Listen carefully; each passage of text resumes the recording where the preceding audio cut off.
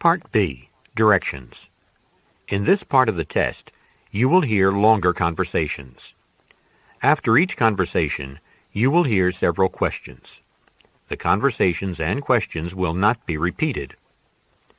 After you hear a question, read the 4 possible answers in your test book and choose the best answer.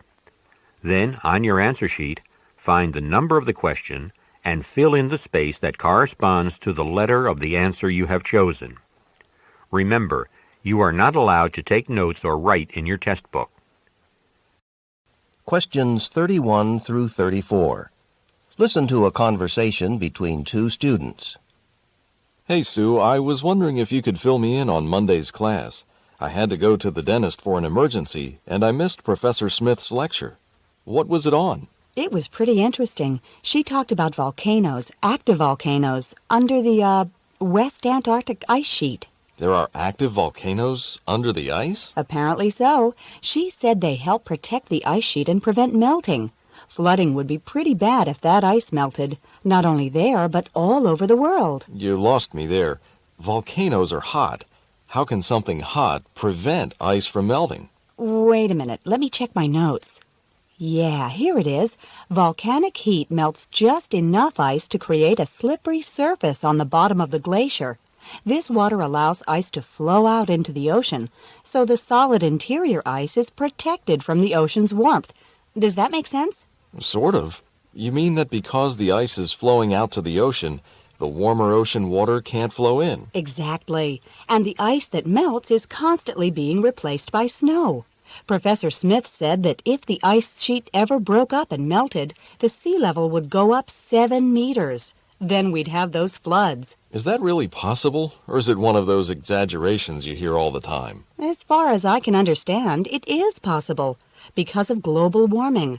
I mean, if the ocean got a lot warmer, that interior ice would be very likely to melt. Thanks for telling me about the lecture. Sounds like I missed a pretty important class. Number 31.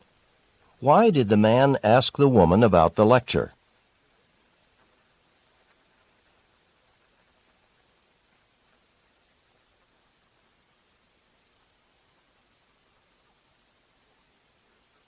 Number 32. What was the topic of the professor's lecture?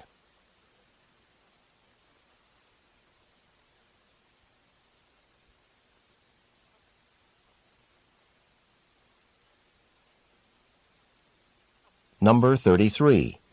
What information confused the man?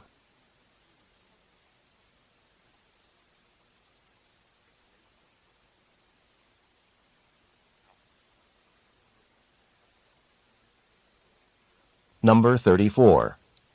According to the woman, what protects the interior ice from the warmth of the ocean?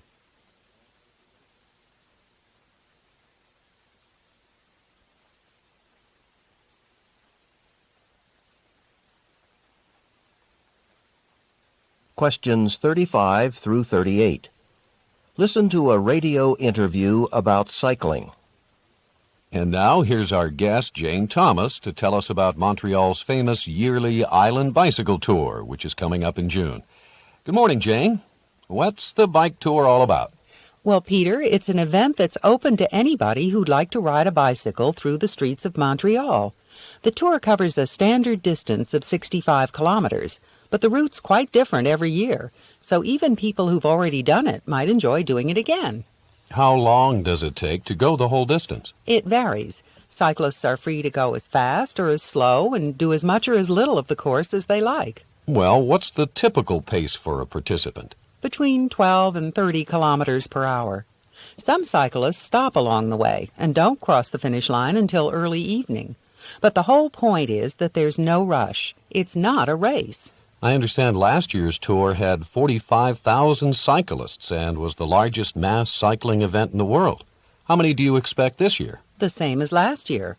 And since we regularly have so many participants, can I take this opportunity to remind our listeners to sign up early? We filled up quickly last year, and we had to refuse lots of applications. Before we close, any other tips for prospective cyclists? Yes, take water with you.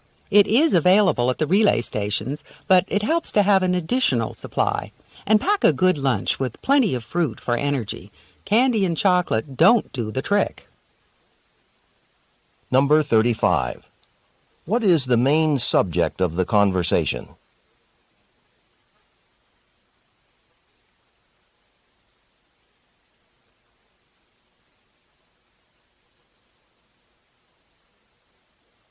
Number 36. According to the woman, what is different every year?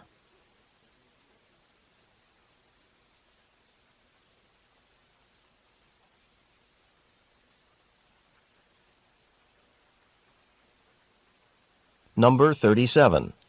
What does the woman imply about the participants?